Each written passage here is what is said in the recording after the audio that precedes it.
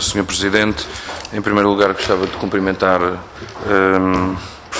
professor Dr. Engenheiro Poças Martins e, através dele, o Conselho. Senhores deputados, eu, em primeiro lugar, também gostava, em segundo lugar, gostava de pedir desculpa por não ter estado desde o início e não ter, em nome do meu grupo parlamentar, ouvido a sua primeira intervenção. Farei os possíveis, evidentemente, para retirar agora com grande atenção tudo aquilo que nos puder ainda dizer na sua segunda intervenção, mas sem prejuízo disso e lamentando, evidentemente, esse facto, gostava já agora também de deixar algumas notas e algumas questões, desde já pedindo desculpa se no início as tiver já respondido. Em primeiro lugar, é importante compreender o contexto em que o Partido Comunista Português avalia esta proposta de lei e o que é que identifica nela, portanto, que ao contrário daquilo que tivemos vindo a ouvir até agora do Partido do PSD e do CDS, em muito pouco se identifica aqui... Peço desculpa? Ouvi, sim, senhor. Como que até aqui tem vindo a dizer, portanto, estamos perante um instrumento para a melhoria da eficiência, que se garantirá a sustentabilidade de um setor. Bem, enfim, para o PCP, independentemente dessas considerações, que são legítimas, evidentemente, aquilo que estamos a testemunhar é um conjunto, aliás, o PS até referiu e bem, e o PS é bem conhecedor do puzzle que está a ser montado, é um conjunto de iniciativas legislativas que vão, de facto, montando um puzzle, que vão montando uma estratégia para assegurar a rentabilidade de um setor que está em vias de ser privatizado. E digo que o PS conhece bem essa estratégia porque a iniciou com a Lei da Água em 2005, criando a possibilidade para a concessão e a privatização de um conjunto de serviços relacionados com a água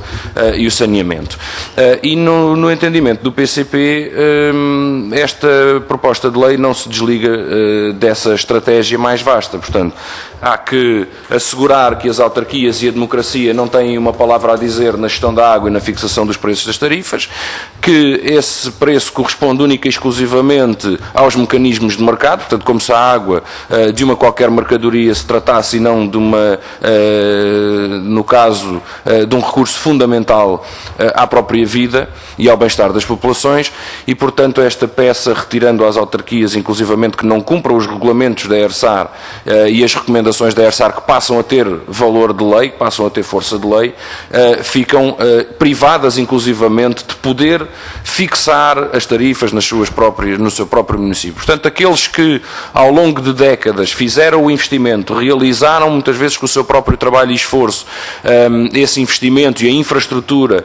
são agora expoliados na prática da sua gestão. E referimos-nos, evidentemente, às autarquias, mas também às populações que se veem privadas também de poder, pela via democrática, escolher os destinos, os caminhos e a gestão e as opções de gestão do recurso água no âmbito do abastecimento e do saneamento. Este é o contexto do qual o PCP parte, evidentemente, compreendemos, inclusivamente, que não partilho dele, mas a questão aqui é o que é que o Conselho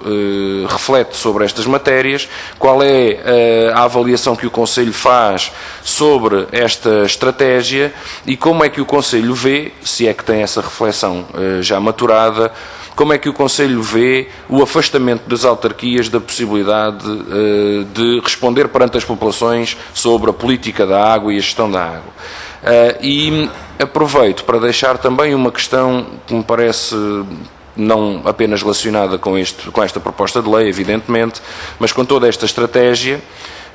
partindo do princípio que a nossa avaliação é correta e que esta estratégia de facto representa uma estratégia mais vasta e mais ampla para a privatização ou a concessão, se no Conselho alguma reflexão indica que a mercantilização da água e a privatização dos serviços de abastecimento e saneamento e, portanto, a sua conversão em objeto de lucro beneficia uma política da água sustentada do ponto de vista humano e ambiental. Ou seja, se é possível conciliar o interesse, o que temos visto em toda a Europa, na América Latina e num conjunto de países que optaram pela privatização e concessão, foi precisamente o inverso, tendo agora que fazer duplamente o investimento para reaver o recurso e os sistemas que, entretanto, haviam privatizado. Portanto, se é possível conciliar uma estratégia nacional ao serviço do povo e do país com os interesses do lucro através da água, ou se eles são, de facto, antagónicos.